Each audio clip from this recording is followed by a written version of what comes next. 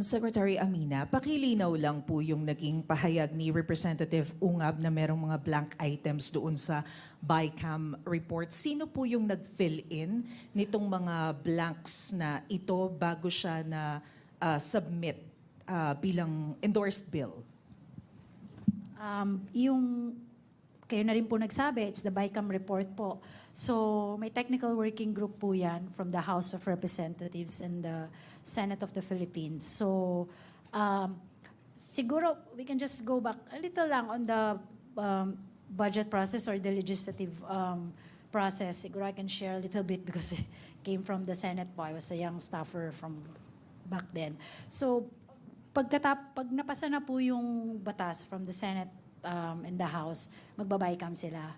So ang i-report po sa floor at ang i-ratify ng floor, yung mga napagkasunduan nung dalawang houses. Kasi minsan po magkaiba ang version nila.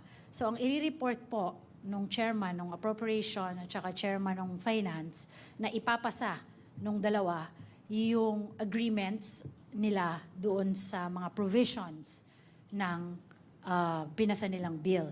So yun po yung BICAM. Pagkatapos po yun na-ratify, babalik po sila sa kanilang mga technical staff and then they will write it again. Lilinisin po nila kasi kung makikita nyo po, ang pinapasa lang po nila sa floor pag nag-ratify sila, even not just the budget po, pati yung mga ibang mga bills, manipis lang po yan. Yun lang pong mga napagkasunduan nila. And then all the rest, wala pa po yan. So babalik po sila sa technical working group nila, sa mga staff nila, isusulat nila na maayos, and then magkakaroon po ng enrolled bill, enrolled version. Yung enrolled version po, yun po yung pinapasa sa Office of the President na pirmado po ng Speaker of the House at saka yung officer po niya, Senate at saka yung SecGens po nila. So yun po yung makakarating sa Office of the President. So yung sinasabi po nila na blanco, sila din lang din po ang makakapagpuno nung blanco. So walang nakarating sa Office of the President na may blank items? Like, Di po kasi nakakarating sa Office of the President ang ratified, yung nira-ratify nila sa floor. Kasi iba po ang format nung nira-ratify.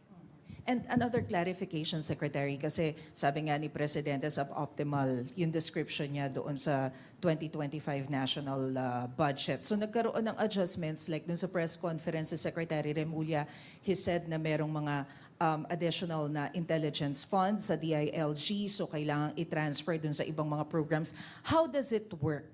Paano po yung magiging sistema nun? Paano yung magiging proseso ng pagta-transfer?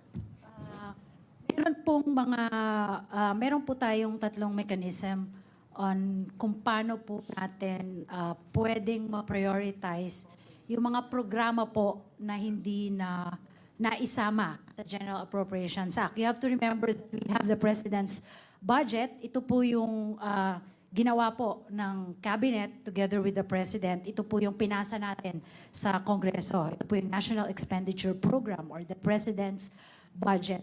May mga nakalagay po doon. It's consistent with our Philippine Development Plan, consistent with our socio-economic framework, consistent with the respective roadmaps of the different departments. So, nasa Constitution po na ipapasa po yan ibibigay po yan sa Kongreso, tapos sila po ang magbibigay sa atin ng go signal kung ano po yung gusto nilang ilagay doon sa General Appropriations Act.